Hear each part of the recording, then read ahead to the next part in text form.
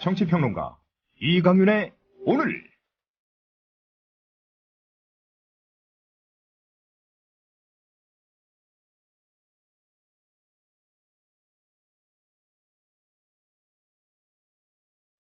안녕하십니까, 이강윤입니다. 10월 30일 목요일 시작합니다. 세월호 참사 200일을 사흘 앞둔 어제 안산 단원고 2학년 황지현 양의 주검이 수습되었습니다. 마지막 시신 수습 이후 103일째 만입니다. 지현이는 결혼한 지 7년 만에 얻은 무남 동료 외동딸이었고 어제는 또 마침 지현이의 생일이기도 했습니다. 지현이는 6달 전 엄마가 지어준 아침밥을 먹고 나가서 자신의 생일날 싸늘한 시신으로 돌아왔습니다. 지현이를 맞이한 부모님들은 나머지 실종자 가족분들께 미안하다, 우리만 먼저 찾아서 미안하다며 연신 울었답니다. 나머지 실종자 가족들은 우리도 희망을 갖게 돼서 고맙다며 서로 부둥켜 안았다는군요. 아직 9명이 돌아오지 못하고 있습니다. 대통령은 어제 100여 명의 경호원들 방호벽 사이로 깔린 붉은색 카핏을 사뿐히 들여밟고 세월호 가족들에게는 눈길 한 번 주지 않은 채 국회로 들어갔습니다. 대통령은 5달 전에 모든 책임은 나에게 있다, 언제라도 만나서 얘기 나누자고 말했었습니다. 잠시 후에 시작합니다. 부장님, 대리운전은 뭐 부를까요? 아, 대리운전 블랙박스 주는 1800-6606 대리운전이 있지 않은가? 아, 20회 이용시 블랙박스를 주는 1800-6606 블랙박스 대리운전이요? 그럼 검색창에 블랙박스 대리운전을 검색해보게. 홈피에는 다양한 사은품들도 있다네. 저기 부장님, 블랙박스 대리운전에서는 국민TV에 후원도 한다면서요. 자네도 블랙박스도 주고 후원도 하는 1800-6606 이용하게. 역시 대리운전은 1800-6606. 차 살 때 어디서 검색했어? 카넥트요. 차 살 때 어디서 견적냈어? 카넥트요. 차 살 때 어디서 할인받았어? 카넥트요. 카넥트 모르세요? 구글 플레이 스토어나 애플 앱스토어에서 다운받은 앱이요. 차량 재원, 이미지 검색부터 결제 조건에 따른 견적 비교를 한 방에. 차 살 때 찾는 앱 카넥트를 지금 다운받으세요. 자동차의 모든 것 카넥트.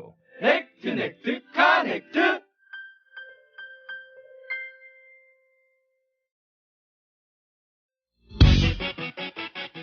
이웃나라 일본 연금제도는 어때?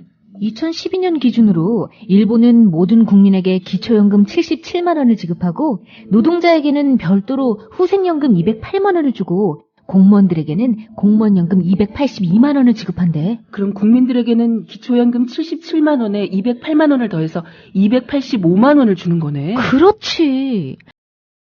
사적연금만으로 노후생활 70%를 책임져 주는데 우리나라는 사적연금과 국민연금 모두 합해서 노후생활 보장률이 30%밖에 안 돼. 그래? 우리나라와 일본 차이가 많이 나네? 국민 여러분, OECD 국가 중 공적연금 수준이 가장 낮은 나라가 일본입니다. 공무원연금을 낮출 게 아니라 국민연금을 공무원연금 수준으로 높여야 합니다. 공적연금 강화, 국민 여러분과 함께 만들어가겠습니다. 전국 공무원 노동조합. 김대리, 우리 회사 대표번호 신청했나? 네, 사장님. 말로고는 1636 말하는 전화에 신청했습니다. 에? 아니, 전화를 말로 걸어? 네, 어려운 번호 대신 1636 누르고 상호명을 말하면 바로 저희 회사로 연결된다고요. 이제는 번호를 알릴 필요도 없어요. 기억하세요. 상호, 브랜드, 명사로 단 하나뿐인 번호의 주인이 될 수 있습니다. 문의는 1636 누르고 말하는 전화라고 말씀하세요. 네, 10월 30일. 10월달 딱 하루밖에 남기지 않았군요. 오늘 큰 뉴스들이 비교적 많습니다. 헌법재판소가 현행 최대 인구 편차 3배의 차이까지를 허용하는 국회의원 선거법은 평등성에 문제가 있다. 표의 등가성이나 평등성 그리고 표심의 왜곡을 가져올 수 있다. 그러면서 2대1 이하로 바꾸라고 결정을 했습니다. 내년 12월 31일까지는 무조건 바꿔야 합니다. 그러니까 2016년 4월 치러지게 되어 있는 제20대 국회의원 선거는 새로 획정된 선거구에 의해서 선거를 치르게 되는데요. 하한선을 몇만 명으로 잡느냐에 따라서 많은 논란이 있겠지만 그 결정 여하에 따라서는 현재의 선거구도에 굉장히 큰 변화, 그리고 지역 선거구 수의 큰 변화, 국회의원 정족수의 변화도 예상할 수가 있습니다. 이를 두고 정치권에서 오랜 동안 시끄러울 것 같습니다. 이 문제가 다른 것들을 다 빨아들여 버리지 않을까 은근히 걱정 벌써 됩니다. 한동안 나라를 떠들썩하게 했었죠. 윤일병 구타 사망 사건. 그 가해 병사들에게 25년에서 최대 45년까지의 징역형이 구형됐습니다. 살인죄를 적용하지는 않았지만 그 죄가 대단히 무거움으로 이런 중형을 선고한다. 그런 얘기가 나왔는데요. 최대의 가해자로 지목된 그 이모 병장에게는 징역 45년, 나머지는 차등적으로 25년까지 내려졌습니다. 뉴스브리핑 통해서 좀 더 자세한 소식 듣겠습니다. 김영민 PD 어서 오십시오. 네, 안녕하십니까. 네, 헌재 얘기 나타난 말씀 방금 드렸는데요. 예. 조금 더 자세히 들여다볼까요? 중앙선거관리위원회에 따르면은 전국 246개 지역구 선거구 가운데 인구 상한을 초과하는 선거구가 37개, 인구 하한에 미달하는 선거구가 25개에 달한다. 이렇게 밝혔습니다. 어느 정도 일정한 수가 모여야 국회의원 선거구 하나가 구성되는데 이게 지나치게 사람이 많은데도 불구하고 한 선거구로 묶어둔 곳이 있는가 하면은 네. 사람이 별로 없는데 그냥 어떤 지역이라고 해서 또 여러 군을 모았다고 해서 그게 또 한 선거구가 되는 이런 것들이 공정치 못하다 이런 얘기 아니겠습니까? 네. 지역별로는 수도권의 경우 서울이 48개 가운데 3개 선거구가 인구 상한을 초과했습니다. 은평을 강남갑, 강서갑 이렇고요. 2개 선거구는 성동을, 중구가 인구 하한에 미달했습니다. 중구는 그렇다 치고요. 왜냐하면 도심이니까. 네. 도심 공동화 현상 때문에. 거기에 거주하시는 분들은 상대적으로 다른 지역에 비해서 적을 수 있는데 성동을이 좀 의외네요. 성동을이. 그렇군요. 제가 여기서 한 30년 살았는데. 네. 사람 많던데. 지금 여기 누구죠? 국회의원이? 홍익표 수정시민주연합의원일 겁니다. 네. 여기 한양대 있고 네네. 마장동 있는 왕십리역 있는 곳입니다. 이강윤 의원을 진짜 인터뷰에서도 한번 한 적이 있죠. 네. 네. 저를 잘 아시더라고요.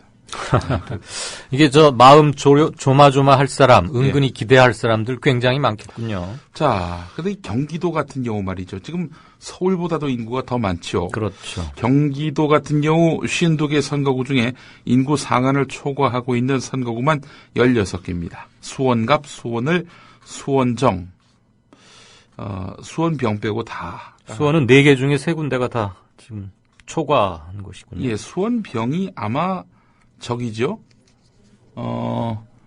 수원병이 적일 겁니다. 영통. 예. 이번에 재보선 치렀던. 예. 수원에서 3군데 치렀기 때문에. 거기는 이제 신도심이라서 아마. 네. 계속 유입 인구가 많으니까. 언젠가 여기도 인구 상한을 초과할 가능성이 있다. 이렇게 봐야 할 것 같은데요. 네. 수원병 맞는지 한번 좀 확인해 주십시오. 용인갑, 용인을, 용인병, 고양 일산 동구, 고양 일산 서구, 남양주 갑, 남양주 을, 성남 분당 갑, 화성을, 군포, 김포, 광주, 양주, 동두천이 여기에 속합니다. 꾸준히 신도시, 뉴타운이 형성되는 지역들 이미 인구 상한을 초과했다는 겁니다. 네. 수원병이 맞습니까? 수원병이 확인은 좀 하고 가야 될 것 같은데, 예. 수원병만 한번 쳐주세요. 수원병만. 예. 수원병 지역구가, 예, 죄송합니다. 이 수원병은요, 8달 지역구군요. 8달구. 8달? 8달구. 남경필. 그렇죠.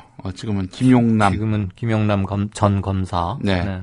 예, 그렇습니다. 거기만 현재 초과 지역이 아니다 이거죠. 네. 거기는 수원의 전통 시가지죠. 예, 원래. 그렇습니다. 네. 수원정이었군요. 수원정이 영통이었습니다. 이 갑을병정 이거 어려워요. 어렵습니다. 예. 그리고 또 갑 지역에 사는 사람은 뭐 그렇다 치더라도 을 지역에 사는 분들은 좀 기분이 좀 찝찝하기도 하고 말이죠. 2선 이하로 취급되는 네, 글쎄 말입니다. 인천도 12개 선거구 가운데 인구 상한을 초과하는 선거구만 5개로 남동갑, 부평갑, 부평을 연수 서구 강화군 갑이었습니다. 여기야말로 지금 인천 서구와 강화를 묶어서 하나로 해놓은 그런 대표적인 것이죠. 그래서 여기에 이제 분구가 될 가능성이 있어 보입니다. 자, 네. 그렇다면 분구가 된다면은 그 축소되는 지역도 있겠죠? 그렇죠. 영남권 같은 경우 부산 18개 가운데 1개, 그러니까 해운대 기장갑 여기가 초과됐고요. 2개, 서구와 영도가 미달됐고 대구 12개 가운데 1개, 북구 을은 초과가 됐고 1개는 동구갑, 여기는 미달이 됐다는 겁니다. 경북 15개 가운데 1개가 초과가 됐는데 경산, 청도군요. 이게 대구 외곽 아닙니까? 그렇죠. 예. 초과하는 곳이 이제 1개였고요. 미달된 곳이 6개였습니다. 영천, 상주, 문경예천, 군위, 의성, 청송, 영주, 김천 이렇습니다. 이게 다른 지역구하고 합쳐질 가능성이 높아 보입니다. 군위, 의성, 청송은 3개 군을 합쳐놨는데도 미달. 네. 그러니까 농업지역에서의 인구 유출 현상이 얼마나 극심한지를 계속 갈수록 인구 감소세란 얘기 아니겠습니까? 예, 그렇습니다. 여기 살던 분들이 한마디로 얘기해서 경산청도 또는 대구 북구을로 갔다. 이렇게 뭐 그렇거나 아니면 수도권으로 유입하거나 산술적으로 말하자면 그렇습니다. 경남 같은 경우 16개 중 2개, 김해을과 양산 여기가 초과로 나타났습니다. 네. 하여간 영남권도 축소 지역이 상당하긴 하지만 그래도 이 초과 지역도 많기 때문에 여기는 그렇다 치고요. 호남권 같은 경우는 좀 치명적입니다. 네. 광주 8개 가운데 1개, 북구을이 초과가 됐는데 1개, 동구가 미달이고요. 예. 전북은 11개 중 2개가 초과가 됐는데 전주, 덕진, 군산, 그러나 4개, 무주, 진안, 장수, 임실 여기는 4개 군이 한 선거구입니다. 무진장임. 그렇죠. 예. 여기도 지금 모자란다는 거죠. 예전에 정세균 씨가 여기서 네. 오랫동안 지역구를 했었죠. 그 이전엔 김태식 씨가 네. 또 오랫동안 했었고요. 남원하고 순창이 또 하나의 묶음이었는데 네. 묶었음에도 불구하고 모자란다는 거고요. 고창, 부안 그리고 정읍이 미달이고요. 전남은 11개 중 1개, 순천, 곡성이 초과고 3개, 여수갑, 고흥보성, 무안신안이 미달로 나타났습니다. 자, 덕보는 지역은 어디냐? 충청권입니다. 대전은 6개 중 1개, 유성이 초과가 되고 세종은 1개 중 1개가 미달. 그러니까 세종 자체가 자치시인데 이 독립된 선거구를 유지할 자격이 없을 만큼 인구가 적다. 지금 그 얘기죠. 여기는 또 광역시 아니겠습니까? 자치 특별 지역이죠, 여기가. 예. 충북은 8개 중에 1개가 미달, 충남은 10개 중 3개가 초과, 2개가 미달이었습니다. 강원도는 9개 중 2개가 미달이었고 제주와 울산은 초과하거나 미달한 선거구가 없었다는 거지요. 예.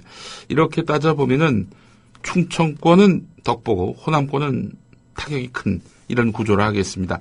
자, 근데 이 소송을 낸 사람 중에 정우택 새누리당 의원이 있더군요. 이분이 바로 청주 상당 지역구 국회의원 아니겠습니까? 예. 별명도 많으시고요. 예. 근데 지금 문제는 하한선을 얼마로 잡느냐. 지금 우리 김 PD가 쭉 얘기를 해놓은 것은 현재 하한선이 10만 1000명인가를 기준으로 했을 때 이렇게 된다는 거고 예. 앞으로 1대2로 바꾸라고 하면서 하한선을 얼마로 늘리느냐에 따라서는 또 다른 변동 여지가 있는 것이죠. 예. 네. 지켜봐야 될 것 같습니다. 네. 정치권이 이제 내년 말까지는 어떻게든 선거구 다시 논의를 해서 이렇게 획정을 해야 될 텐데. 이리저리 마음대로 선거구 나눠 갖고 그리는 것을 게리맨더링이라고 하지 않습니까? 예. 성남 분당 같은 데도 분당 갑과 을이 이렇게 상식적으로 연접돼 있는 동별로 끄는 게 아니고 아주 묘하게 길쭉하게 이렇게 누가 땅바닥에 지렁이가 기어가듯이 이렇게 해놔가지고 대표적인 게리맨더링이다 그런 말을 했는데 지금 요번에 해당 지역으로 됐네요. 이런 곳이 전국에 한둘은 아닐 터이고 가장 큰 것은 우선 선거구 기준 하한선을 몇 만으로 잡느냐에 따라서 상한선도 자연스럽게 정해질 것이고 그에 따라서 초과 미달 지역이 결정이 되겠죠. 굉장히 정치권에 큰 이슈가 터진 셈이 됐는데요. 정치 지형도를 바꿀 어마어마한 결정이 오늘 나왔습니다. 그래서 이 사안과 관련해서 잠시 후 인터뷰를 예고합니다. 금홍섭 혁신자치포럼 운영위원장인데 이분이 선거구 획정 문제에 관한 뭐 대단한 권위자다 해도 과언이 아닙니다. 네. 이분과 우리 이강윤의 오늘 진짜 인터뷰에서 좀 더 소상히 들어보겠습니다. 예. 자, 두 번째 볼까요? 이희호 여사. 지난 며칠 전에 박근혜 대통령 만난 자리에서 대북 전단 살포 좀 막아주십시오. 이런 요청을 했는데 대통령이 단속할 실정법이 마땅히 없습니다. 이런 얘기도 나눴었군요. 예. 네.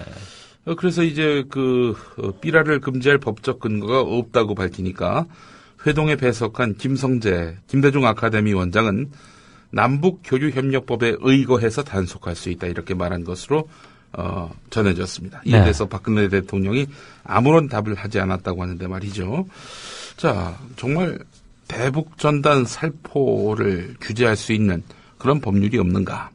당장 헌법만 보더라도 37조 2항을 보면은 국민의 모든 자유와 권리는 국가 안전 보장, 질서 유지, 공공복리를 위해 필요한 경우에 한해서 법률로서 제한할 수 있다. 이런 내용이 있고요. 항공법 이야기 많이 나왔었죠. 시행규칙 68조를 보면은 허가를 받지 않고 관제구역, 통제구역, 주의 공역에서 비행하는 행위를 해서는 안 된다. 이렇게 나와 있고요. 네. 경찰관 직무집행법을 보면 사람의 생명, 신체에 위해를 끼치거나 재산상 손해가 예상될 때 필요하다고 인정되는 조치를 취할 수 있다. 남북교류협력법, 남북교류협력법이 적용할 수 있는 규제다 이렇게 김성재 원장이 밝혔는데요. 이 남북교류협력법을 보면은 물품 등을 반출하거나 반입하려는 자는 대통령령으로 정하는 바에 따라서 통일부 장관의 승인을 받아야 한다. 네, 그런데 지금 삐라 북으로 날려보내는 사람들은 통일부 장관의 승인을 받지 않았거든요. 네. 그러니까 경찰 직무집행법에 따라서 경찰은 이것을 단속해야 할 의무를 갖고 있는 겁니다. 네. 그리고 고압가스 안전관리법이 있습니다. 수소, 산소 같은 특정 고압가스를 사용하는 자로서 일정 규모 이상 저장 능력을 가진 자는 사용 전에 시장 등에게 신고해야 한다. 이런 내용이 있습니다. 네. 자, 근데 적용할 법률이 없다. 박근혜 대통령이 이런 말을 했단 말이죠. 이 말이 100% 맞고 옳다면은 그렇다면은 광화문 광장에서 말이죠. 세월호 참사 진상규명을 요구하는 삐라를 날리려던 시민단체는 도대체 왜 제지를 한 거죠?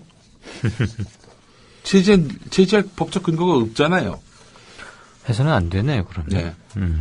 그분들 뒤늦게라도 항의를 제기해야 될 것 같아요. 아니, 둘 다 풀어주거나, 둘 다 못하게 하거나. 이런 게 바로 일관성 아닙니까? 네. 최근에 전남대 법학전문대학원에 김하중 교수께서 경향신문에 컬럼을 썼습니다. 이 관련 아주 법학자로서 조리 있고 명백한 팩트만 갖춰서 썼던데 한번들 보시는 것도 도움이 될 것 같습니다. 예. 자, 현대중공업 오늘 뉴스 들으니까 적자가 2조 원대라고 3분기 적자가 어마어마하던데 그 얘기를 들리려는 건 아니고 지난 28일 안녕하세요. 제가 대주주 아니겠어요. MJ 정몽준 씨가 오셨군요. 스튜디오에. 올해 액이 많이 낀 것 같아요. 네. 본인도 선거도 안 됐고 되는 일이 하나도 없고 집 안팎에서 아드님 교육 좀 잘 시키십시오. 네, 내가 너한테 물어봤냐? 자, 빨리 세 번째 뉴스 전합시다. 제가 우리 딸아이 5살 딸아이한테 이 성대모사를 가르쳤습니다. 전화할 때마다 안녕하세요. 아빠 일찍 들어오세요. 이렇게 얘기를 합니다. 예.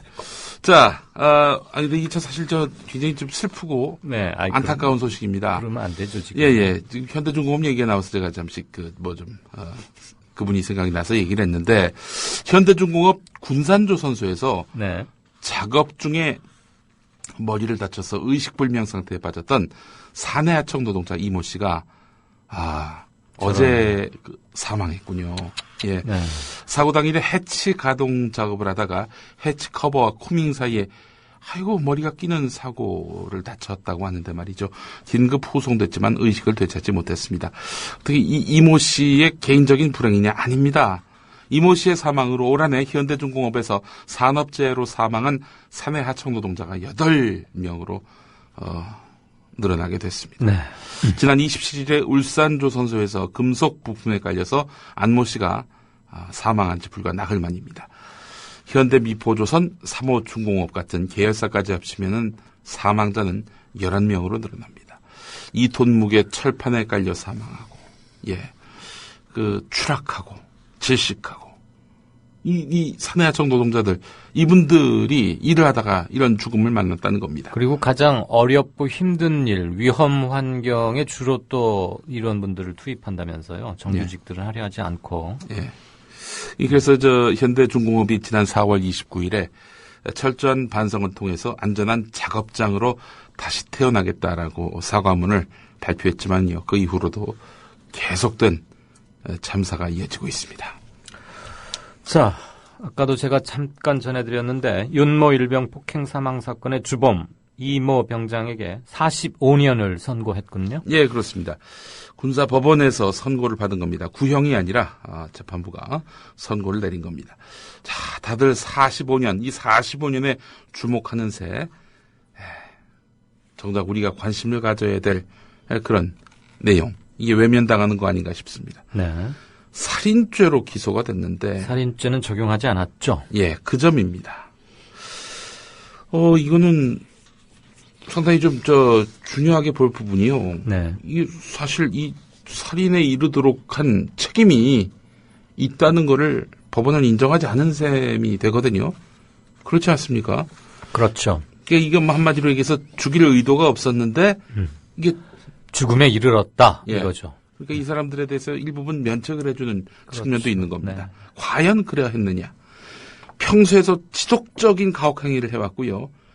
그냥 정말 혼절한 상태에서도 계속 때리고 가혹 행위를 했던 이자들이 살인죄를 적용받지 않는다. 납득이 안 됩니다. 관련해서 내일 임태훈 군인권센터 소장 조상훈의 뉴스바에 인터뷰 예정돼 있습니다. 네. 자, 지금까지 뉴스 브리핑의 김용민, 정몽준 두 사람이었습니다. 고맙습니다. 예, 감사합니다. 미디어 협동조합 이사장 서영석입니다. 언론인으로 살아온 지 30년이 넘었습니다. 돌아보건대 힘 있는 사람들이 큰 돈을 써서 만든 방송 수없이 많습니다. 그러나 힘없는 사람들이 한 푼 두 푼 모아 만든 방송은 국민TV뿐입니다. 국민TV가 지속 가능해야 이 나라 언론의 근간이 바뀔 수 있고 그리고 희망을 잉태할 수 있으리라 믿습니다.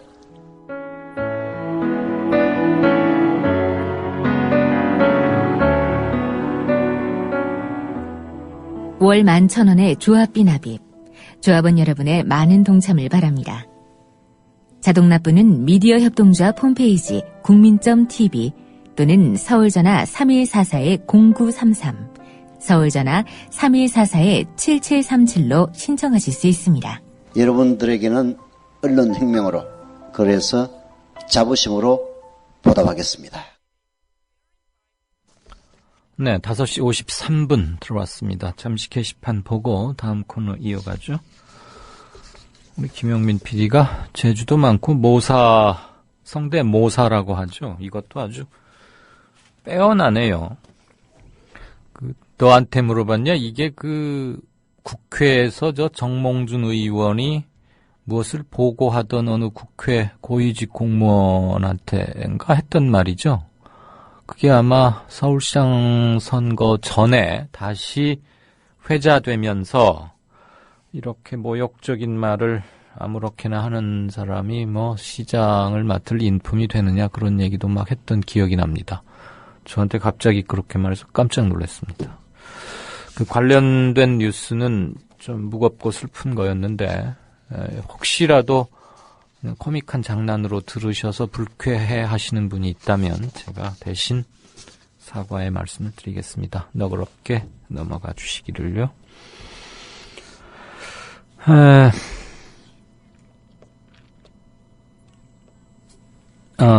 락퀴지스님. 발음할 때 쉽지 않군요. 올해 들어서 지금까지 자살 또는 사고로 죽은 사람들은 대부분 서민들이다. 그렇죠. 아무래도 그런 일이 많죠. 사회경제적 환경상. 그런데 진상규명이 제대로 된 것들은 별로 없는 것 같다. 서민의 삶 따위에 새누리당은 관심이 없다. 악착같이 살아남아야 한다. 이런 얘기 주셨습니다. 네. 오죽하면 생을 포기하겠습니까마는. 그래서 사회안전망이라는 게 필요한 거죠. 네, 좋은 의견이십니다.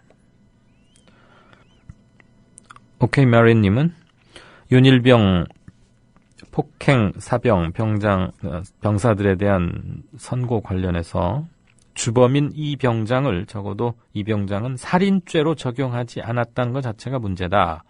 하사가 형을 적게 받은 이유는 사건 당일에 현장에 없었기 때문이다. 만약에 현장에 있었다면 징역 25년에서 30년 정도는 선고했을 것 같다. 이런 견해를 주셨습니다. 네, 우리가 양형을 가볍게 얘기할 건 아닙니다만,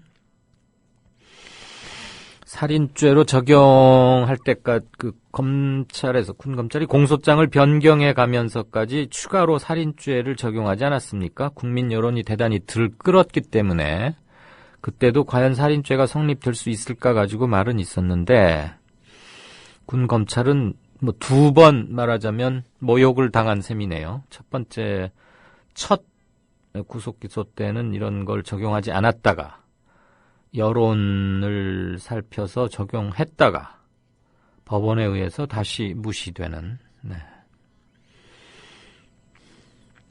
워렌 버핏 67주님. 현대중공업 3분기 사상 최대 적자. 지난 2분기 때는 영업 적자가 1조 원이었고요. 2분기 연속 적자인데 3분기에는 영업 적자 폭이 2배로 늘어나서 1조 9천억. 그러니까 2조 조금 안 되는 거죠.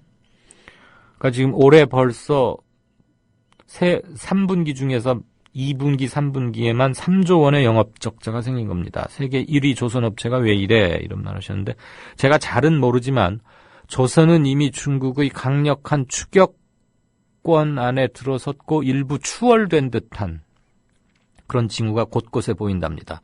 보통 배 주문을 받아서 납품할 때까지 빨라야 2년, 보통은 3년을 좀 넘기게 되는데 재작년부터 수주량이 급감하고 있고 우리로 올 것들이 되게 중국으로 많이 갔고, 조선에서 특별한 LNG선이나 무슨 크루즈선 이렇게 상당한 기술력이 필요한 부문 이외의 곳에서는 중국의 저가 노동력, 저임 노동력을 견딜 재간이 없기 때문에 이미 그쪽에서 벌크선이니 이런 것들, 탱크선, 유조선 이런 것들은 다 이미 그리 넘어갔다고 하더군요. 그래서 조선 한국은 이미 끝난 얘기다라는 게 업계에서는 정설로 되어 있어 왔다고 합니다. 그게 이제 수치로 드러난 것이겠죠.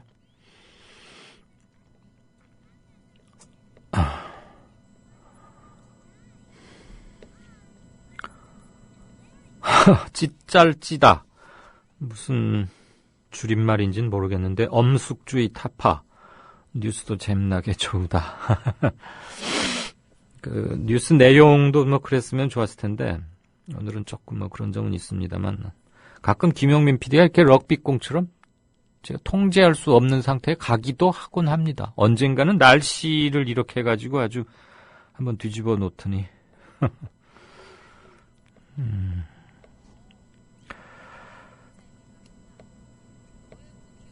네, 선거구라는 닉네임을 쓰신 분께서는 중앙선관위에서 오늘 발표한 시도별 오늘 헌재 결정에 따른 인구수 초과 선거구와 인구수 미달하는 선거구, 상한선과 하한선 말이죠. 그러니까 표로 일목요연하게 보기 좋게 해주셨군요. 이따 이거 보면서 오늘 진짜 인터뷰 함께 진행하겠습니다. 고맙습니다.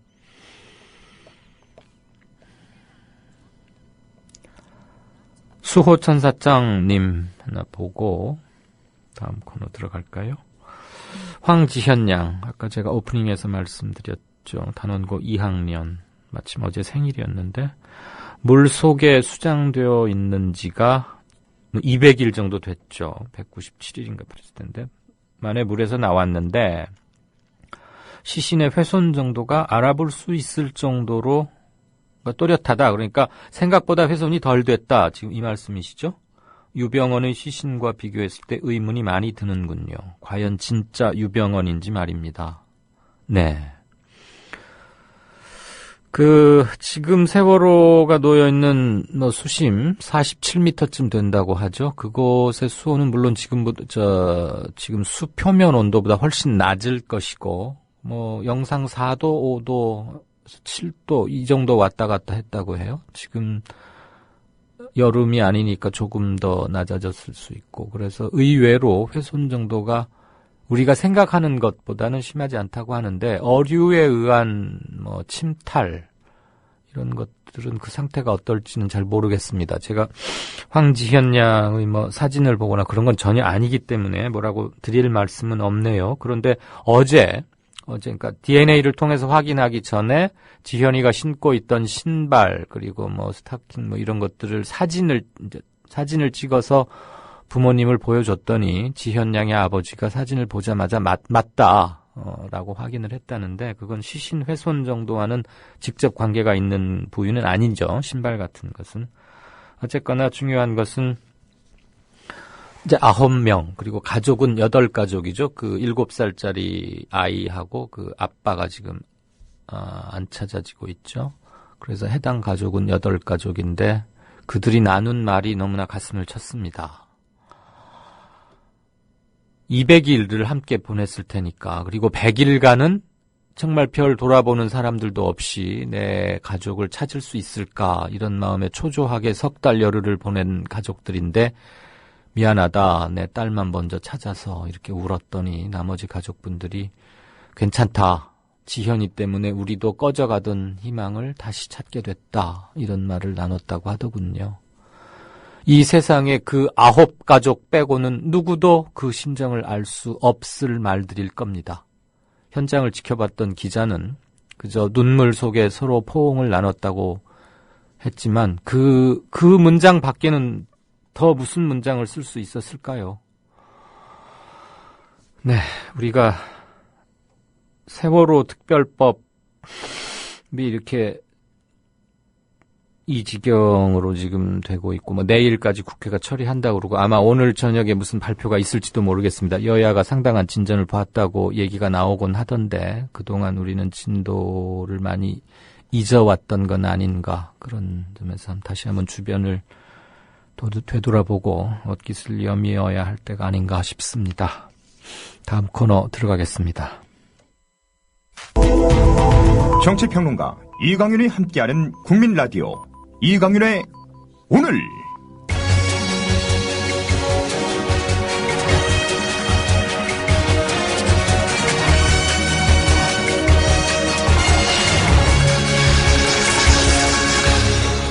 이강윤의 예리한 시각. 이제는 뉴스의 행과 간을 짚어냅니다. 네, 오늘 공교롭게 윤일병 관련 뉴스도 그렇고 판결 관련한 것들이 이상하게 많이 아이템으로 잡혔습니다. 하다 보니까 그렇게 됐네요. 윤일병 선고권은 예상은 했습니다만 조금 빨리 나온 뉴스였고요. 오늘 제가 행간에서 생각해보고자 하는 것은 아마 이 사건 기억하실 텐데요. 좀 오래되긴 했습니다만 사건 발생은 지난 2002년이고 1심 선고가 내려진 것은 지난 2004년이니까 10년 됐는데 이른바 여대생 청부 살해 사건 이렇게 알려졌었죠. 그 청부 살해를 한 사모님이라는 사람이 이제 상당히 돈이 많은 그 영남제분 회장의 부인이었습니다. 그래서 그때 당시 신문들이 청부 살해 사모님 이런 식으로 줄여서 말했는데 그 청부 살해 사모님 사건의 주치의에게 2심에서 벌금 500만 원으로 줄여줬다는 겁니다. 이 사건을 모르시는 분도 계실 테니까 일단 기사 중요한 부분을 낭독 들으시고 제가 사건 개요를 간략히 설명한 뒤 문제점이라고 생각되는 것을 함께 짚어보고자 합니다.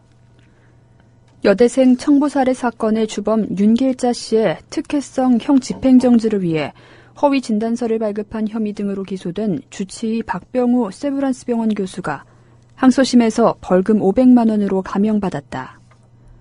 허위 진단서 발급을 공모하고 회사 돈을 빼돌린 혐의 등으로 함께 재판에 넘겨진 윤 씨의 남편 류원기 영남재분 회장도 집행유예로 감형받았다.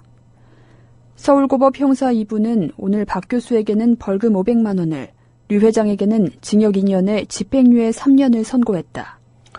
네, 왜 오래된 사건을 굳이 왜 골랐느냐 이렇게 말씀하실 분도 계실 수 있는데요. 혹시라도 유전무죄, 또 의사는 좀 잘못이 있더라도 법감정에 상응해 보이는 또는 실형 선고하는 게 그렇게 힘든가?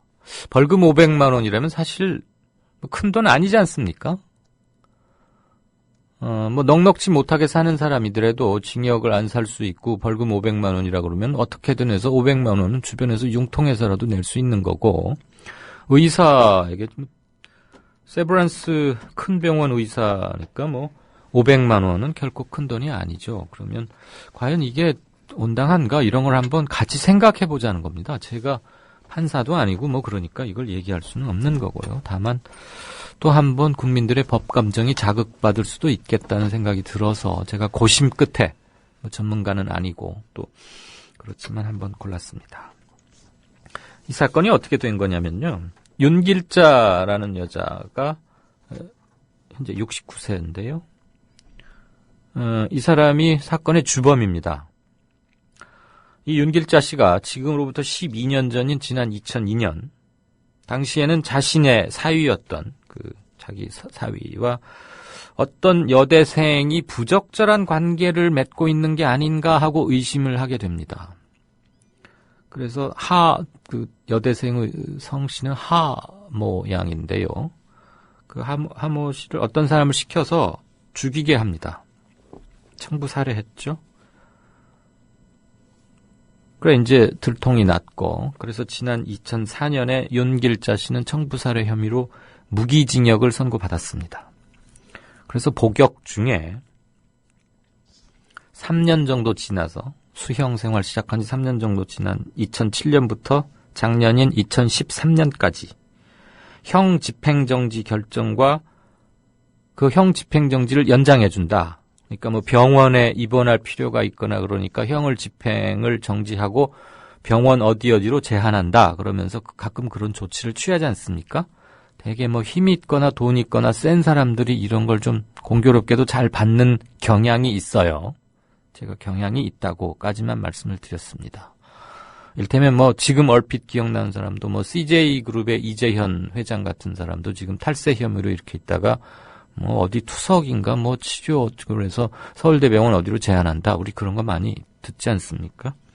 이 윤길자 씨가 검찰로부터 형 집행정지 결정을 받아서, 그러니까 감옥 생활 시작한 지 3년 만에 검찰로부터 형 집행정지 결정을 받아서 그 뒤로 6년 동안, 작년까지 2013년 동안 계속 병원에서 지냈습니다. 그러니까 어디가 굉장히 많이 아프신 분이어야 하죠. 이렇게 되려면. 왜냐하면 대단히 아파서 이 사람은 병원에서 특별한 치료를 받아야 하는, 즉 교도소 내의 의료시설로는 안 되기 때문에 병원에 입원해서 치료를 받아야 한다. 그래서 결정을 내리는 게 형 집행정지 결정 및 입원 가료 이런 조치 아니겠습니까? 그런데 막상 이 사람 병원에서는 아주 쌩쌩 잘 돌아다니고 그랬거든요. 그런데도 그 형 집행정지가 한 번에 5년, 7년씩 집행을 정지하나 이게 아니고 1년인가 얼마 단위로 계속해서 그거를 다시 상태를 보고 연장을 하거나 취소를 하고 다시 교도소로 수감시키는 이렇게 하게 돼 있단 말이죠. 그 과정에서 거기까지는 아마 거기부터는 기억들이 아마 많이 나실 거예요. 이 양반이 세브란스인가 어디에 입원해 있는데 전혀 그러니까 시쳇말로 나이롱 환자였다 이거죠. 문제는 오늘 윤길자 씨가 윤길자 씨에게 형을 계속 살게 하면 안 되고 병원에 입원해야 할 정도로 몸이 아프다라고 진단서를 써준 의사에게 2심에서 벌금 500만 원으로 감형시켜 줬다는 겁니다. 제가 오늘 말씀드리고자 하는 것은. 유 회장이라는 사람은 영남제분 회장으로서 그 청부 살해를 지시한 윤길자 씨의 남편입니다. 그런데 유 회장은 자기 지금 아내가 감옥에 가 있으니까 보기가 딱했겠죠. 그거야 뭐 인지상정일 것이고요. 그래서 대학병원 의사인 박모 교수에게 $10,000, 뭐 1,000만 원 좀 넘겠네요. $10,000를 주고서 허위 진단서를 발급해달라. 뭐 이제 이런 혐의를 받았습니다. 그래서 1심에서는 그게 인정이 됐습니다. 그래서 1심에서는 유 회장과 박 교수에게 각각 징역 8월과 징역 2년을 선고했었습니다. 그런데 2심에 와서 그렇게까지 볼 사안은 아닌 것 같다 그러면서 징역 2년을 받았던 의사에게 벌금 500만 원으로 깎아줬습니다. 그 사유는 곧 말씀드리겠습니다. 그런데 이제 이 사건을 요모조모 수사를 하다 보니까 영남제분 회장으로 있던 류 회장, 즉 윤길자 씨의 남편이 회사 운영 과정에서 굉장히 많은 잘못을 많이 저지른 것도 함께 뭐 발각이 돼서 이제 뭐 76억 원인가를 뭐 회사 돈을 이렇게 횡령하고 이런 게 드러나서 이제 또 추가로 저희가 되고 그랬는데 오늘 2심에서는 박 교수가 허위 진단서를 떼줬다고 의심받는 $10,000를 받은 것은 일단 물증이 없는 것 같다. 그러니까 이것으로 형벌을 줘서는 안 되겠다는 것이고요. 또 하나는 박 교수가 2건의 허위 진단서를 작성했다는 1심의 판단을 뒤집고 한 건에 대해서만 허위성을 인정했습니다. 진단서에 쓴 병명 등은 사실에 부합하지만 수감 생활이 불가능하다고 판단됨이라고 쓴 부분은 허위라고 재판부는 판단을 했답니다. 그러니까 어쨌거나 가장 중요한 수감 생활이 불가능하다고 판단된다. 이거는 지금 허위라고 재판부가 판단을 했지 않습니까? 그러니까 그 의사인 박 교수가 받은 혐의의 중요한 부분, 이게 두 개 중 두 가지죠. 하나는 $10,000를 받아서 허위 진단서 써줬다는 건데 $10,000 받은 부분은 뚜렷한 물증이 없으니까 입증을 못하겠다. 허위 진단 부분은 2심에서도 인정을 합니다. 근데 생각해 보십시오. 만약에 정말로 $10,000를 주고서 돈을 받고 허위 진단을 써줬다면 어떤 미친 사람이 그거 영수증을 써주겠습니까? 아니면 부정한 짓을 하고 그 대가로 받는 돈인데 증거를 남기겠습니까? 현금엔 꼬리표가 안 달렸으니까요. 사실 그런 거는 힘들죠. 증거 찾아내기가. 그래서 그 수루의 사건 입증하기가 쉽지 않은 건데 재판부 얘기를 듣겠습니다. 박 교수가 진단서에 추상적이고 과장된 표현을 사용한 것은 잘못이라면서도 이런 표현을 사용한 것은 형 집행정지가 필요한지를 가늠할 구체적인 기준이 마련돼 있지 않은 탓도 있다고 설명했습니다. 일부 현행법 체제가 문제 있다는 것을 재판부가 인정을 한 겁니다. 그럼 법을 고쳐야죠. 법망의 허술한 점 때문에 벌을 줄 수는 없는데 그럼 이 점을 이럴 경우에는 무슨 재정 신청 같은 걸 내는 수도 있고요. 그런데 지금 그런 것은 똑똑히 없었습니다. 단지 그래서 이 2년 실형을 살게 한 것은 너무 과하다. 그러면서 벌금 500만 원으로 깎아줬습니다. 또 하나 박 교수에게만 잘못이 있다고 말할 수는 없다고도 재판부는 밝힙니다. 더 들어보겠습니다. 형 집행정지 결정은 최종적으로 검찰이 판단할 몫이다. 비정상적인 형 집행정지 결정이 이루어진 것이 그러니까 형 집행정지가 비정상적이라는 것은 2심에도 인정을 하고 있는 겁니다. 즉 범죄 사실은 변함이 없다는 것이죠. 비정상적인 형 집행정지 결정이 이루어진 것이 단순히 박 교수의 잘못만은 아니다라는 겁니다. 최종적으로는 검사가 판단하게 돼 있는데 그러니까 의사에게 책임을 물을 수는 없다는 건데 다시 한번 저는 이런 의문을 재판부에 하고 싶습니다. 검사가 의사에게 견해를 물었을 때는 검사는 당연히 비의료인이니까 전문적으로 알 수가 없는 상태 아니겠습니까? 그렇다면 의사가 써준 진단서를 중요하게 참고할 수밖에 없는 것이지 않습니까? 지금 재판부의 얘기는 형 집행정지의 최종 결정권자는 검찰이라고 했는데 검찰은 자기가 판단할 능력 밖의 범위의 것이니까 의사에게 묻는 겁니다. 그리고 그 의사는 이 사람은 계속 수형 생활을, 즉 감옥 생활을 하기가 힘든 지경이라고 써왔으니까 그냥 그거에 믿고 따라갈 수밖에 없는 거죠. 그런데 재판부는 최종적으로 그런 결정을 한 검사에게도 잘못이 있으니까 의사에게만 많이 물어서는 안 된다는 겁니다.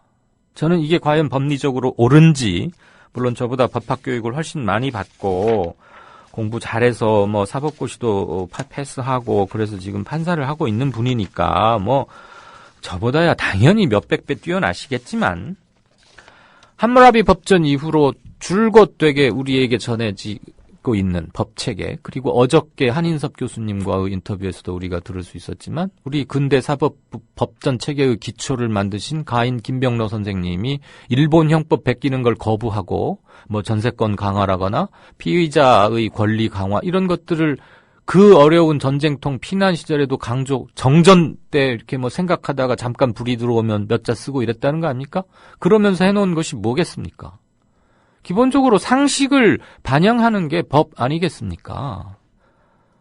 규범과 상식의 최소 공약수를 강제성을 띄워서 조문화해놓은 것이 법이라고 한다고 쳤을 때 최종적으로 형 집행정지 결정하는 건 검찰이 맞죠. 당연히 그건 검사만이 할 수 있는 거니까 형 집행정지를 내리는 것은. 그러기 위해서 의사의 견해를 물었던 거고 의사는 허위로 진단서를 써줬습니다. 그럼 죄는 그대로 있는 거죠. $10,000 받은 것은 물증이 없다.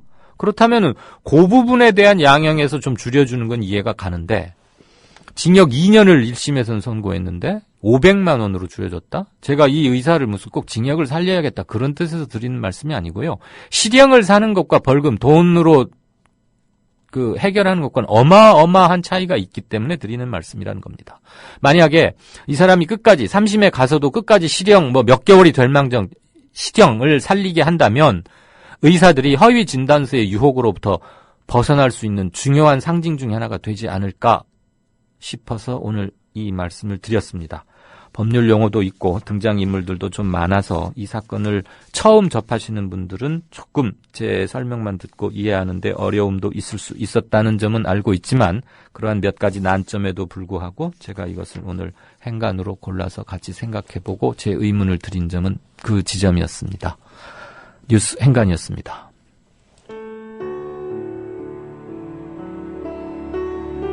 경남 거창에 사는 조합원 백함나무님.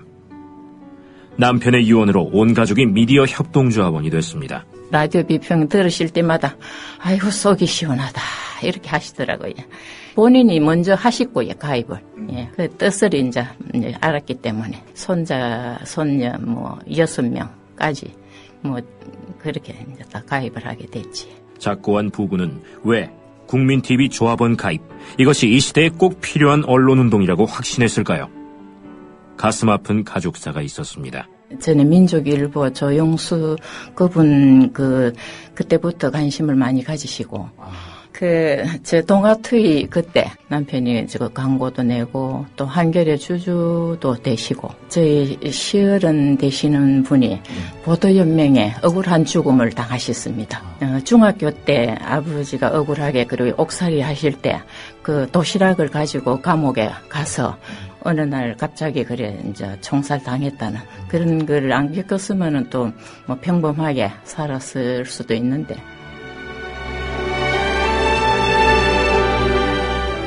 여러분도 공정언론 건설에 함께하지 않으시겠습니까? 국민.tv 미디어 협동조합 홈페이지에 들어오셔서 조합원으로 가입해주세요. 전화 서울 3144-7737, 3144-0933으로도 하실 수 있습니다. 이강윤의 오늘, 이제는 정가 산책으로 함께합니다. 정치권 동향, 생생하게 풀어드릴 분은요. 네, 양정대 기자 안녕하세요. 네, 안녕하세요. 오늘 큰 뉴스가 있네요. 네. 잠깐만요. 제가 조금 전에 이강윤의 뉴스 행간이라는 코너를 진행했는데 어떤 네네. 청취자분께서 중요한 질문을 하나 해주셔서 10초면 되니까 그거 답변 드리고 우리 얘기합시다. 미안해요. 아닙니다. 네, 만해님. 궁금한 게 있어서 질문 드립니다. 형 집행정지를 결정한 그 검사 처벌받았나요? 라고 물으셨습니다. 제가 중요한 걸 그만 빠뜨렸군요. 마음이 바빴습니다. 미안합니다. 아직 어떠한 조치도 아무런 것도 취해진 것 없습니다. 그리고 아마도 그 검사는 어떠한 징계나 이런 것도 받지 않을 걸로 저는 거의 확신합니다. 판사가 형 집행정지를 검사가 잘못 내렸으니까 검사를 견책하라거나 뭐 문책하라거나 이런 것까지 하지 못합니다. 왜냐하면 검사는 저기 대상이 아니었으니까요. 그리고 앞으로도 그 검사는 저는 무슨 조치를 당할 거라고는 생각지 않습니다. 사법정이 그래서 요원하다고 봅니다. 제가 이것까지를 함께 말씀드렸어야 마음 완결성을 갖췄는데 그만. 네, 양 기자 얘기하십시다. 네네. 헌재 결정. 예. 아까 뉴스 브리핑에서 스트레이트는 전했거든요. 네. 좀 전망을 좀 해주실까요? 오늘 오후에 정치권이 아주 발칵 뒤집혔습니다. 그렇죠. 이게 사실 조금 이렇게 좀 과하게 얘기하면 사실 국회의원들 입장에서 보면 자기들 밥그릇인데 어떻게 될지 모르는 그런 상황이 된 것 아닙니까? 그렇죠. 사실 2001년에 이미 이제 헌재가 결정을 내리면서 좀 길게 보면 임금 편차를 2대1로 조정하는 게 맞다. 이런 얘기를 이미 했었거든요. 그랬었는데 이제 그동안에 사실 손 놓고 있다가 이제 오늘 결정으로 2대1로 내년 말까지 이제 어쨌든 선거법 관련 조항을 선지를 해야 되는 상황인데 정치권에서 지금 논란이 되는 그리고 화들짝 논란 그 결정적인 이유 다들 짐작하시겠습니다만은 지금 여야가 이 모두 여당은 여당대로 또 야당은 야당대로 영남과 호남의 지역적 기반을 아주 뿌리 깊게 가지고 있지 않습니까?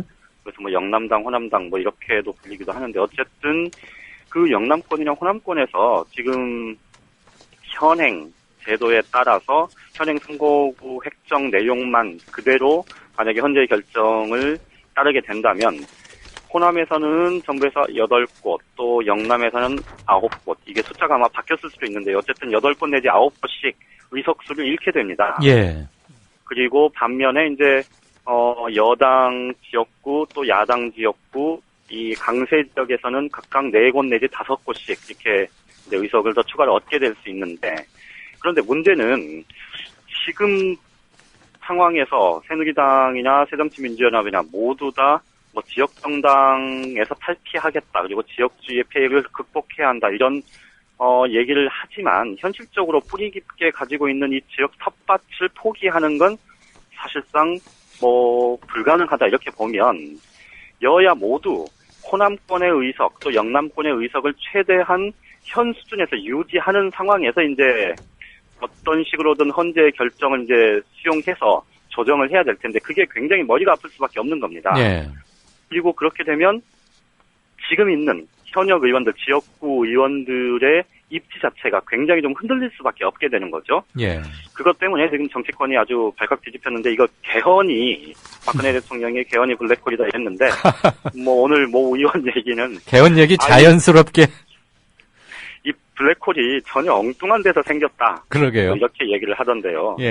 그런데 이제 조금 논의가 이제 좀 발전적이고 생산적으로 진행이 되려면 사실은 이게 이제 현행 소선거구제 이게 사실 군사독재 치하에서 그래도 민의를 대변해야 한다 이런 야당의 의견들이 좀 관철되는 과정에서 소선거구제가 이제 시작이 된 거지 않습니까? 도입이 됐었죠. 다시 그랬는데 어쨌든 이 소선거구제가 이제 한 30-40년 이렇게 지나오면서 어떻게 보면 이 지역주의의 폐해, 우리가 한국 정치 고질병으로 얘기하는 그 문제하고 이렇게 직접 맞걸려 있어서 굉장히 좀 논란의 소지 자체가 큰 지금 제도가 돼버리지 않았습니까?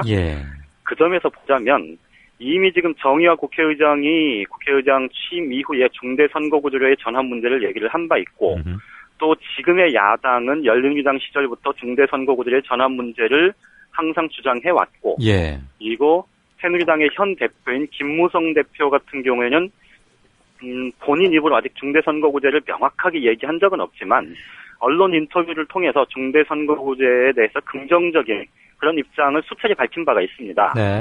그렇다면 차제에 이 선거구제 개편 문제가 단순히 선거구 획정 문제로 국한될 게 아니고 이 지역주의 폐해 극복을 포함해서 그리고 그 17대 국회 후반에 그러니까 2006년, 7년에 잠깐 논의되다가 말았었는데요. 예. 이 행정구역 개편 문제도 지금 우리 사회에서 굉장히 큰 과제 중에 하나잖아요.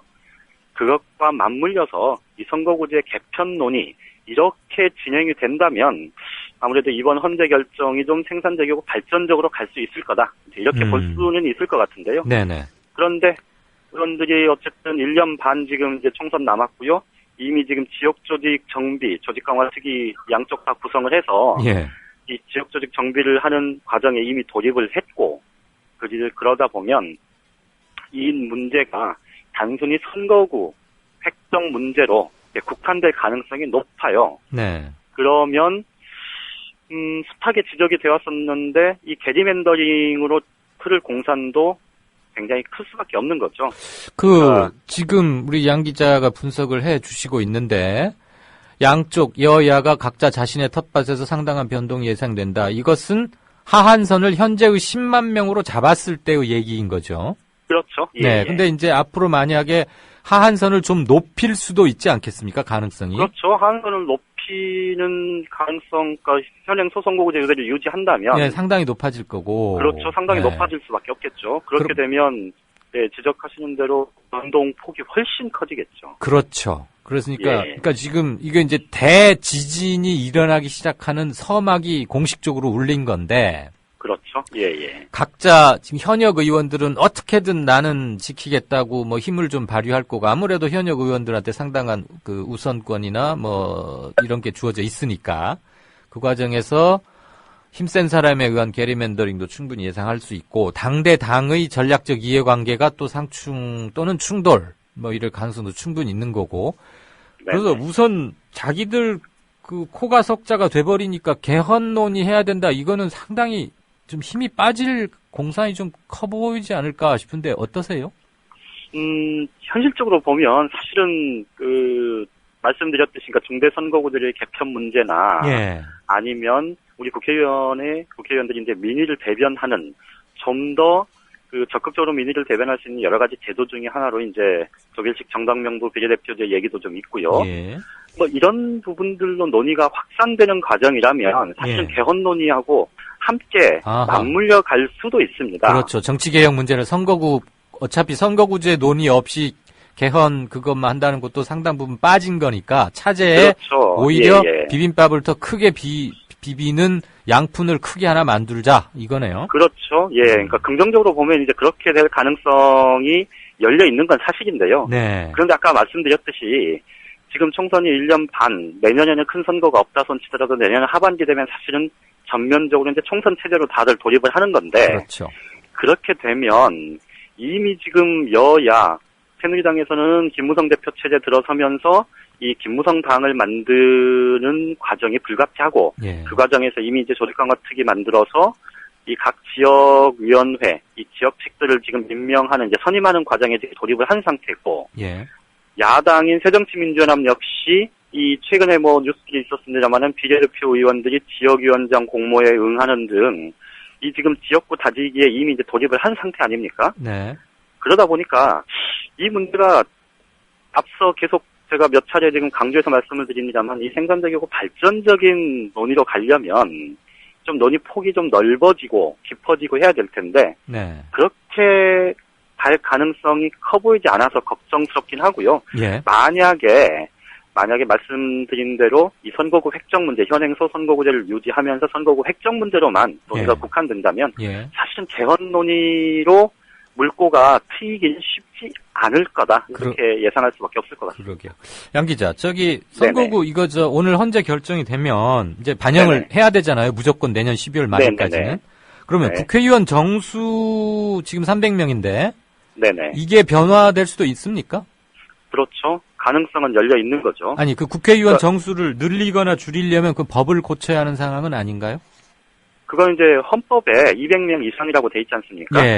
그래서 사실은 지금 이번에 300명 한 것도 19대 국회에서 이제 그 전까지 299명이었다가 300명 한 것도 이제 세종시 예외 조항 비슷하게 이렇게 하나 걸어놓은 것 아닙니까? 그렇죠. 여야가 최악의, 이거는 진짜 최악의 경우일 수도 있고, 네. 또 어떻게 보면 좀, 그러니까 정치에 대한 우리 국민의 신뢰 수준이 그 단기간 안에 높아진다는 아주 불가능에 가까운 전제를 예상을 하면, 예. 전제를 깔면, 국회의원 정수를 늘리는 식으로 이 판차 부분에 대한 헌재 결정을 해소하는 방안도 뭐 아주 없지는 않습니다. 경우의 수로는 충분히 존재는 할 수 있단 말이죠. 근데 이제 그렇죠. 그게 국민들의 왜냐하면 저항을 상당히 받을 수도 있는 건데. 그렇죠. 특히나 이제 여야가 이렇게 탑밭을 대거 조정을 해야 되는 상황이어서 네네. 사실은 그게 쉽지 않은 거잖아요. 예. 정치권이 뭐 항상 얘기하는 제살을 깎아내는 듯한 아픔 이런 거 감수하겠다는 건 그냥 진짜 말이고 오고 실제로 그렇게 하기 힘들다면 대도시 지역의 국회의원 정수를 좀 늘리는 식으로 예. 이렇게 해소를 하려 들 가능성을 배제할 수는 없는 거죠. 예. 그런데 이제 그랬다가는 뭐 또 국민들한테 엄청난 비난을 받을 거기 때문에 예. 아마 신중하긴 할 텐데 그렇다고 그 가능성 아주 배제하기는 쉽지 않을 것 같습니다. 네, 어쨌거나 정수를 늘리는 게 무슨 법을 고쳐야 하는 사항은 아니니까 여야가 합의를 해버리면 그렇게 갈 수도 있긴 있는 거죠. 그렇죠. 여야가 네. 이제 합의하면 네. 사실은 그 지난번에 선거구 세종시 하나 구역표면 들렸듯이. 그렇죠. 선거구 구역표상에 예. 이 여야 합의만 있으면 충분히 가능합니다. 네, 어쨌거나 아까 우리 양 기자가 전망 또는 분석해 주신 대로 이게 선거구, 그러니까 지역구도 타파를 위해서는 중대선거구 제도가 분명한 힘을 발휘할 수 있는 거 아니겠습니까? 그렇죠. 거기에다가 예. 몇 가지 뭐 정당 비례명부 아이고 갑자기 왜 말이 꼬인다냐. 정당 명부 비례대표제 같은 거 도입하고 하면은 상당 부분 허물어질 수 있으니까 이 오늘 헌재의 결정을 기회 삼아서 기화가 아니고 기회로 삼아서 지역주의를 타파하는 쪽으로도 가고 그다음에 현재 표의 등가성이나 대표성 문제도 좀 해소를 하고 그렇지만 네네. 전혀 생활권이 엉뚱하게 갈라져 있는 곳을 억지로 합치는 이런 짓은 말아야 한단 말이죠. 대표적으로 그렇죠. 예. 제가 그쪽은 저의 개인적으로 뭐 연고가 조금 있고 그래서 아는데 이번에 새누리당 이정현 의원이 재보선에서 당선된 곳 있지 않습니까? 순천과 곡성? 그렇죠. 네, 순천과 곡성은 그 중간에 구례군이라는 게 하나 끼어 있어요. 그렇죠. 예. 순천과 곡성이 접경하고 있지가 않다고요. 그 사이에 구례군이 있고 구례군이 굉장히 큽니다. 근데 그 구례군은 광양하고 이렇게 지금 한 선곡으로 묶여 있고요. 순천은 구례를 건너떠서 곡성과 지금 하나로 해놨는데 순천과 곡성 사이가 한 45km쯤 됩니다. 이런 건 말이 안 되는 거죠. 근데 곡성을 어디다 갖다 붙이기가 애매하니까 그냥 순천에다가 이렇게 슬며시 따라 붙였어요. 왜? 3만 명도 채 안 되니까 유권자가. 인구가 3만밖에 안 되니까 유권자 훨씬 적겠죠. 이를테면 이런 것들 대표적인 것인데 이거 제가 지역 세세한 사정을 몰라서 그렇지 강원도고 어디고 경상도고 많을 거예요. 이런 것들 차제에 함께 뜯어고치지 않으면 어쨌거나 오늘 뭐 해설 기사 쓰느라고 바쁘겠네요. 자, 잘 들었고요. 이 문제는 또 이따가 전문가 한 분 더 연결해서 또 좀 깊이 얘기 나누겠습니다. 기사 잘 쓰시고 내일 하루 더 뵙죠. 예, 고맙습니다. 아, 참 세월호 특별법 될 것 같아요. 아마 내일 합의문이 나올 가능성이 높아 보입니다. 그러면 많이 여야가 의견 차이 좁혔는데 유가족 참여 부분 보장되는 것 같습니까?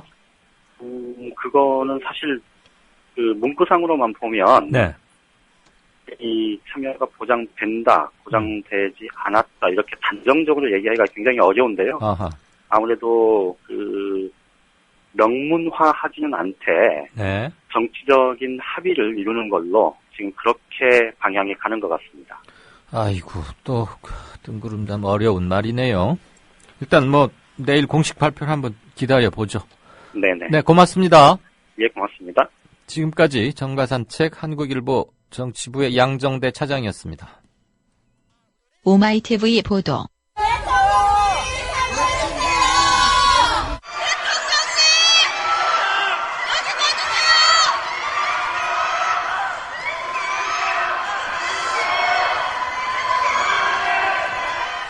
박 대통령은 옆에 있던 박형준 국회 사무총장의 인사를 받으며 미소까지 보였지만 끝내 유가족들은 쳐다보지 않았습니다. 어젯밤부터 국회 본청 앞에서 노숙을 하며 박 대통령을 기다린 유가족들의 노력은 허사가 되고 말았습니다. 국민TV 뉴스K 보도. 민주연합 문희상 비대위원장은 연설 후 박 대통령과 만난 자리에서 오다가 세월호 유가족들을 보시지 않았느냐며 따뜻한 마음으로 보듬어주는 자리를 만들어달라고 요청했습니다. 박 대통령은 특별한 대답 없이 듣기만 했다고 새누리당 조영 정책위의장이 말했습니다.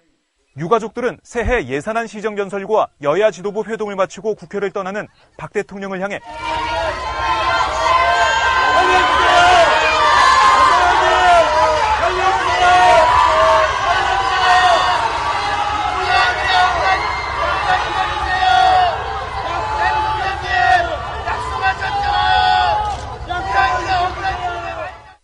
하지만 박 대통령은 유가족들이 서 있는 방향을 잠깐 쳐다봤을 뿐 이번에도 유가족들을 만나주지 않았습니다. 믿음이 없고 신뢰가 없고 약속을 지키지 않는 나라. 저희한테 무슨 짓을 하신지 아십니까? 이와 관련한 지상파 방송 3사 보도. KBS는 끝부분의 한 토막. 연설에 앞서 세월호 유족 60여 명은 국회 현관 앞에서 면담을 요구하며 오열하기도 했습니다. 대통령님! 약속하셨잖아요! SBS는 제목, MBC는 딴청. MBC의 진정한 관심은? 오늘 박 대통령의 시정연설, 어떤 대목에 중점을 뒀는지 숫자를 통해 풀어보겠습니다. 우선 경제라는 단어가 59번으로 가장 많이 나왔고 그 다음이 안전이라는 말인데 19차례나 언급됐습니다. 그렇다면 박수는 몇 번을 받았을까? 윤지훈 기자가 보도합니다. 여당 측에서 29차례 박수가 나왔습니다. 다시 한번 높이 비상할 수 있을 것입니다. 새로운 미래를 힘차게 열어갑시다. 감사합니다. 야당 의원들 가운데 일부는 휴대전화에 몰두하거나 조는 모습을 보여 대조를 이뤘습니다.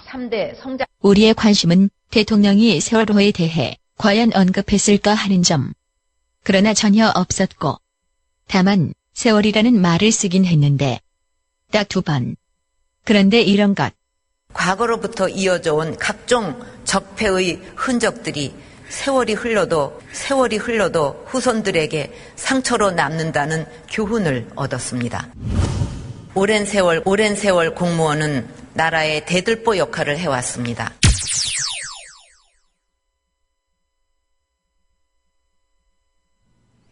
네, 6시 36분 됐습니다. 세월을 언급하긴 했군요. 대통령께서. 오랜 시간, 그런 의미로 세월이었습니다. 국회 본회의장에 들어가기 직전까지 세월호 가족들의 피 맺힌 절규를 몇 분간 집중적으로 들었겠건만 그에게는 세월은 눈에 들어오지 않았던 모양입니다. 진짜 인터뷰입니다. 혁신자치연대 금홍섭 운영위원장님 연결하겠습니다. 금위원장 안녕하십니까? 예, 안녕하세요. 네.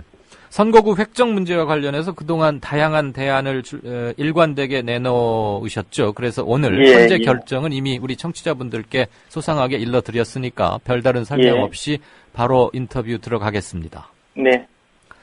오늘 소송, 물론 헌재가 이전에도 한번 2대1로 가야 한다는 견해를 밝힌 적은 있습니다만 네. 이 소송을 충청권에 기반을 둔 분들이 제기한 것으로들 알려지고 있습니다. 굉장히 여러 사람이 냈죠. 정우택 의원도 그런 법안을 하나 게 있고. 이런 소송이 왜 제기됐다고 보십니까? 제가 충청권 분들이 낸 거에 대해서 동의는 별로 하지 않지만 네네. 어쨌든 간에 낸 이유는 단순하게 몇 가지 사례만 말씀드리면 그 충청권 전체적으로 국회의원 정수와 관련해서 인구 대표성, 효율 등가성이 나머지 호남이나 경상도 지역에 비해서 상당히 침해받고 있는 거는 제가 봐도 사실이에요. 네, 그건 숫자로 드러나니까요. 명확히 드러나죠. 이를테면 대전 같은 경우 인구가 150만인데 현재 국회의원 정수가 6명이거든요. 그런데 인구가 대전보다 4만이 적은 강주시가 사실은 지금 8명이니까 문제가 있죠. 또 인구가 대전보다 40만이 적은 울산시도 국회의원이 6명이에요.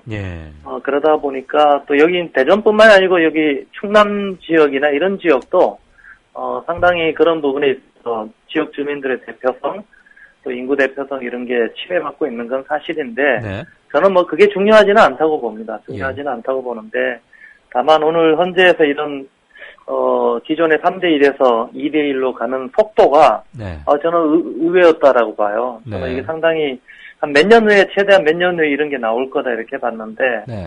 아마 오늘 현재 이런 결정 이후에 지금 지역구 국회의원들 한 250여 명의 국회의원들이, 계산하느라고 정신없지 않을까 이런 생각이 들고, 그렇죠.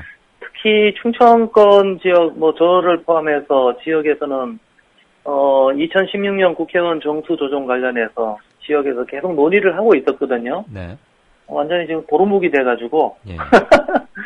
다시 논의해야 되는 이런 어려움이 있는 상황인 것 같습니다. 논의 과정 앞으로 향후 정치권에서 이거 가지고 치열한 눈치 싸움과 힘겨루기 그리고 이제 이런 것들이 계속 벌어질 것 같은데 그동안 그러면요. 예. 정개특위 이제, 잠깐만요. 네. 그동안 정개특위에서 작은 거 하나 결정할 때도 치열한 수싸움인데 이건 지금 전국을 재편할 수도 있는 대단히 메가톤급 소재란 말이죠. 그렇죠. 그러면 게리맨더링의 위험성 또는 가능성이 훨씬 더 커지는 게 아닐까 싶은데 우리 금 위원장 견해는 어떠십니까?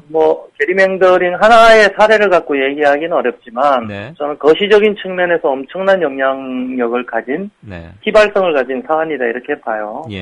이를테면 첫 번째로는 저는 정치판 자체가 재편될 가능성이 크다라고 네. 생각합니다. 기존에는 중앙정치조차도 사실은 호남, 경상도 정치가 주도해왔죠. 기존에 권력을 분점해왔는데, 결국 2대1로 간다면 수도권이나 대도시보다는, 지방이나 농촌 지역의 정치 대표성은 크게 축소될 가능성이 크기 때문에, 그렇죠.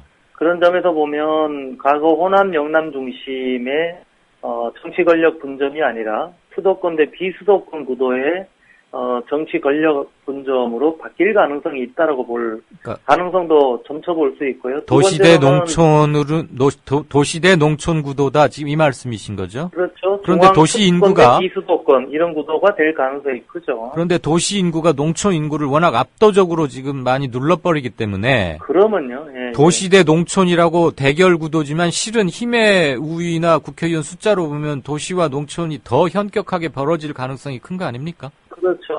저는 도시와 농촌의 대결 구도라기보다는 수도권 대 비수도권의 대결 구도로 갈 가능성이 크다. 기존의 영원한 권력 분점 형태에서 수도권 대 비수도권으로 갈 가능성이 크다라고 보는 견해고요. 두 번째는 이런 논의 자체가 지금 정치개혁 일각에서 얘기가 되고 있지만 정치개혁을 본격적으로 논의하는 계기가 될 수도 있다라고 저는 봐요. 이를테면 지방의 대표성이 축소되는 만큼 지금 300명 국회의원 정수는 거의 불문율처럼 이거는 넘어서지 못할 거다 다들 이렇게 생각하고 있잖아요.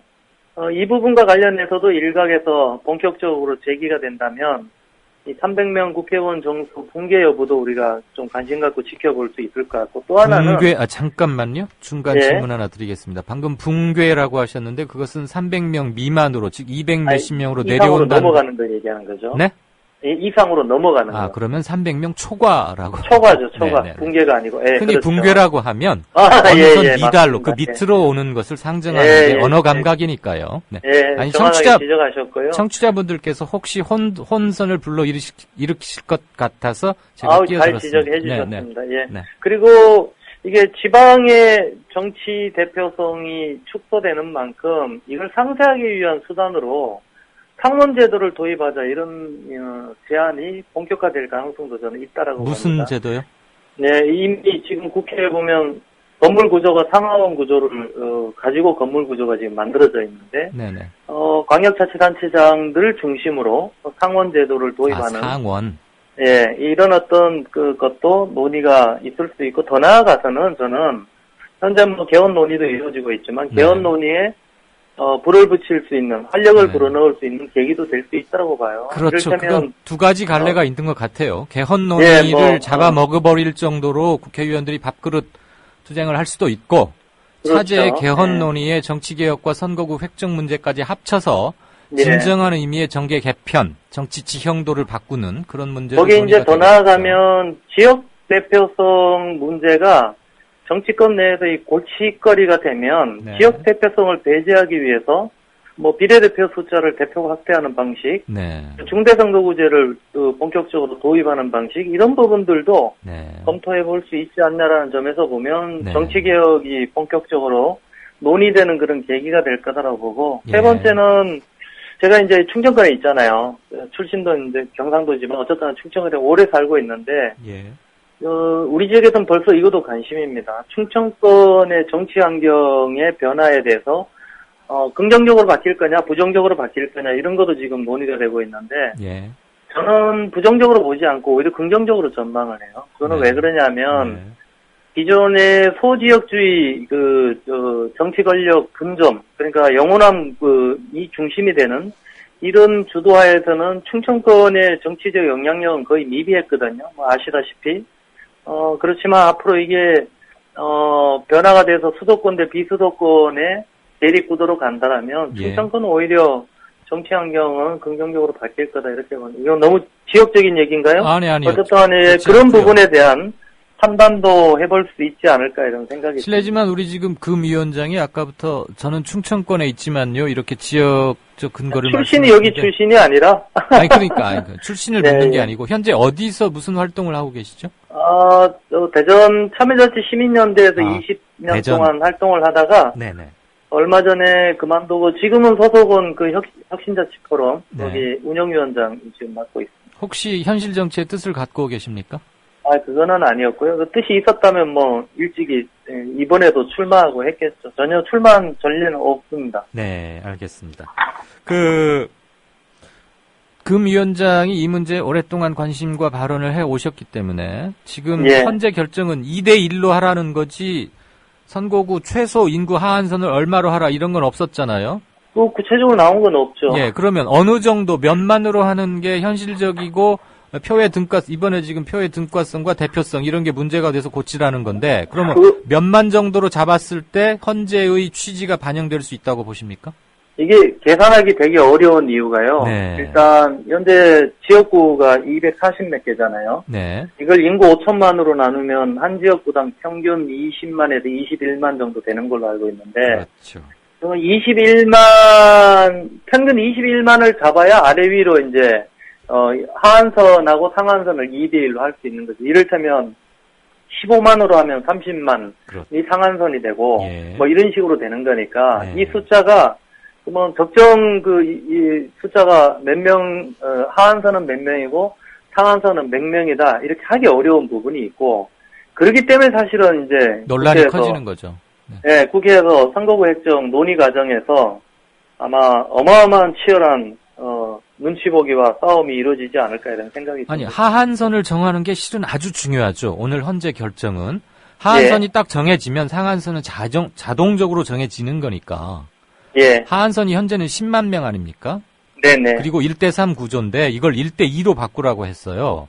예. 그러면 현재 하한선이 10만 명의 의미를 둔다면 10만 명 초과 20만 명 미만으로 한 그렇게 되는 선거를 거죠. 해야 예. 하는 거고 예. 그렇게 하기에는 문제가 있다. 그러면 하한선을 좀 올리자. 그러면 이제 달라지는 거죠. 예, 맞습니다. 네, 몇만을 두고 굉장히 그때부터는 정답 없는 논전들이 오고 갈 수밖에 없기 때문에 이번에 제가 헌재 결정을 세부 전문을 못 봤는데 하한선을 두었어요? 그건 아니잖아요. 아직 안 그건 헌재에서는 둘 수가 없죠. 예, 그러니까 네. 그게 정개특위나 선거구획정위원회에서 둘 그럼요. 텐데. 그건 헌재에서 정하는 게 아니기 때문에 예, 그러니까. 그 예, 헌재 그래서 결정문을 제가- 꼭 아무리 꼼꼼히 보셔도 나오지 않습니다. 예, 맞습니다. 예, 네네. 예. 자, 다시 좀 다른 질문을 하나 들어갈게요. 왜냐하면 하한선 문제가 오늘 헌재 결정의 키워드 중에 하나이기 때문에 저는 예. 평소 금 위원장이 적정 하한선은 얼마로 보고 있는지를 참고로 사견을 물었던 거예요. 네. 이거는 이제 지역의 소위 일각에서 얘기하는 지역 대표성 내지 농촌의 대표성 문제가 심각하게 해소될 수 있는 부분을 보완하는 차원에서 대두되고 있는 지역 특성이나 역사성, 뭐 농촌 지역의 현실 이런 것들을 고려한 선거구 획정돼야 된다는 논의하고 저는 일맥 상통하는 부분이다라고 저는 보는데요. 그거는 그건 저도 너무나 당연한 그 부분에 대해서는 더 고민을 좀 해봐야 될 것 그렇죠. 같아요. 이를테면 네. 지금 현재 10만인데 이게 당장 15만으로만 높아져도 지금 여기 충남 지역이나 이런 농촌 지역 같은 경우는 기존의 3개 군이 합쳐져서 한 개 단일 지역이 됐는데, 선거구가 됐는데. 이제는 4개, 5개. 4개, 5개까지 네. 포함이 돼야, 하나의 단일구가 될 가능성이 크거든요. 그렇죠. 그리고 그렇게 했을 경우에 생활권이 전혀 다른데도 하나로 합쳐지는 문제가 있기 때문에. 그렇죠. 지금 우리가 인터뷰에서 거죠. 뭐 몇만 명을 얘기한다는 큰 의미가 없을 수 있습니다. 다만 예, 사견을 맞습니다. 물었던 거고요. 자, 오늘 헌재 결정문에 보면 이런 귀절이 있습니다. 현행 법 조항대로 하면 인구가 적은 지역구에서 당선된 의원의 투표수보다 인구가 많은 지역구에서 낙선한 후보의 득표수가 많을 수 있다. 분명히 그렇죠. 근데 이것은 대의민주주의 관점에서 결코 바람직하지 않다고 오늘 헌재는 특별히 힘주어서 강조를 했습니다. 일견 정치학 개론 시간에 들었던 너무 당연한 말인 것 같은데 이것을 구현하려면, 즉 오늘 헌재의 결정을 구현하려면 수도권 같은 경우에 같은 구가 지금 현재 3개나 4개로 쪼개졌는데 그게 5개로도 쪼개질 수가 있단 말이죠. 그렇죠. 네, 하한선을 어떻게 잡느냐에 따라서 그랬는데, 그러면 도시 지역에서의 지나친 세분화가 가져올 수 있는 부작용은 뭐가 있다고 보십니까? 저는 도시 지역에 소위 얘기해서 정치 대표성이 과도하게 보장되거나 확장됐을 때 오히려 지금 불균형 발전에 대한 도농 간의 불균형 발전에 대한 우려나 문제 제기가 커지고 있고 전체적으로는 수도권 대 비수도 간의 어떤 구도 문제가 생기는 이런 불균형 문제 이런 것들이 커질 수 있다는 점에서 본다면 저는 이건 선거구 획정 관련해서는 단순히 뭐 숫자를 정해놓고 법적으로 이래야 된다 이런 문제가 아니라 저는 우리 사회가 우리 정치가 우리 국민들이 선택할 수 있는 선택의 문제가 아닌가라고 저는 오히려 보고 있거든요.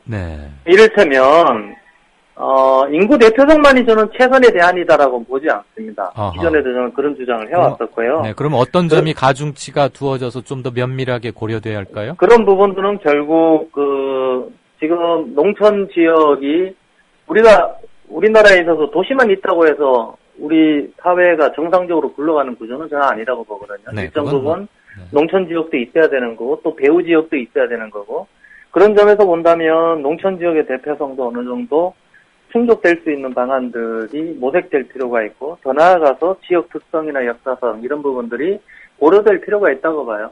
대표적인 사례 이런 거죠. 제주도 또 여기 세종특별자치시 뭐 제주도는 인구 규모가 한 60만 정도 되니까 예외로 치더라도 세종특별자치시 같은 경우 인구 규모가 지금 한 14만 5만 덜 되거든요 아직. 그렇게 되면 하한선을 15만으로 더 버리면 사실은 지금 있는 국회의원 한 명도 없어야 되는 광역자치단체에 국회의원이 한 명도 없는 구조가 되는 거죠. 그런 점에서 본다면 이런 부분들이 선거구의 하한선 상한선의 문제로 해결될 수 있을지 없을지 더 논의가 필요하지만 해결이 안 된다라면 일정 부분 지역 대표성 문제를 배제할 수 있는 수단인 중대선거구제를 본격 도입한다든지 아니면 비례대표제를 대폭 확대해서 지역성의 지역 색깔을 좀 배제하는 방향으로 간다든지 그걸 광역 단위로 이렇게 묶어서 배분해서 거기서 결정하도록 한다든지 뭔가 이런 방향으로 이걸 좀 논의를 더 확장해 놓고 가능성에 대해서 놓고 이렇게 검토하는 게 필요하지 않나. 잘 알겠습니다. 저는 개인적으로 그런 생각이 듭니다. 차제에 우리 정치 문화의 선진화 그리고 지역 구도의 타파, 권력 구조 및 정치 지형의 변화의 계기로 삼는 게 더 생산적일 것 같다. 이런 식으로 금 위원장님의 말을 요약하고자 합니다. 괜찮으시죠? 오늘 갑작스러운 인터뷰 요청 흔쾌히 응해주셔서 고맙습니다. 아닙니다. 밥 먹다가 지금 전화 받았습니다. 네네. 고맙습니다. 네. 진짜 인터뷰. 혁신자치연대 금홍섭 운영위원장과 얘기 나누었습니다. 게시판 잠깐 보고 날씨 듣고 마무리 말씀드리죠. 방금 금 위원장이 너무 솔직하게 식사하다가 받았다고 그런 얘기를 소탈하고 좋긴 합니다. 평화님께서 언제 호남이 권력을 쥐었나? 삼국통일 이후 영남이 기득권을 독점해오지 않았나요? 이런 견해 주셨군요. 네, 이제 지역구도에서 좀 대승적으로 타파해야겠다 이런 생각 듭니다. 이 관련해서 지금 많은 견해들 주시는데 아직 이제 논의의 시작이기 때문에 좀 예의 주시해야겠다. 그렇지만 이 문제로 정치권이 세워라 내워라 해서는 물론 안 되겠죠. 날씨가 좀 주말에 사납답니다. 예보 들으시겠습니다.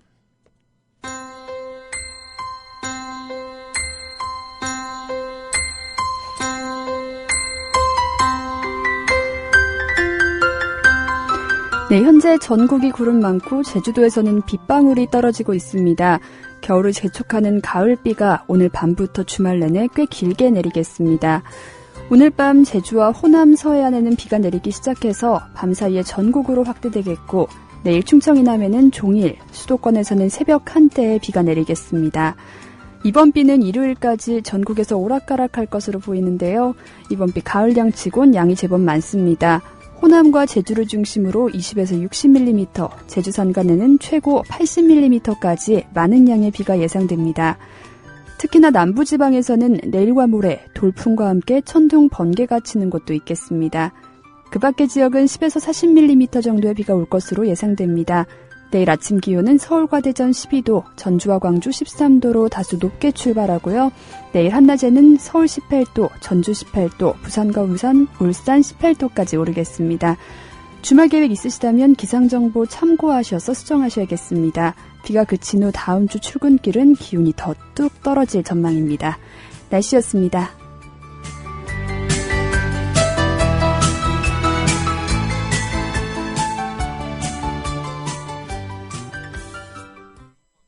네, 뉴스가 많은 하루였습니다. 주말 날씨 좀 잘 살피셔서 계획들 참고하셔야겠습니다. 마무리 말씀드리죠. 다음 분들의 공통점을 아십니까? 김기춘 대통령 비서실장, 유영익 국사편찬위원장, 유흥수 주일대사, 이인호 KBS 이사장, 그리고 자니윤 한국관광공사 감사. 아시겠습니까? 모두 올해 만 79세 동갑나기들이자 현 정부 들어서 중용되고 있는 분들입니다.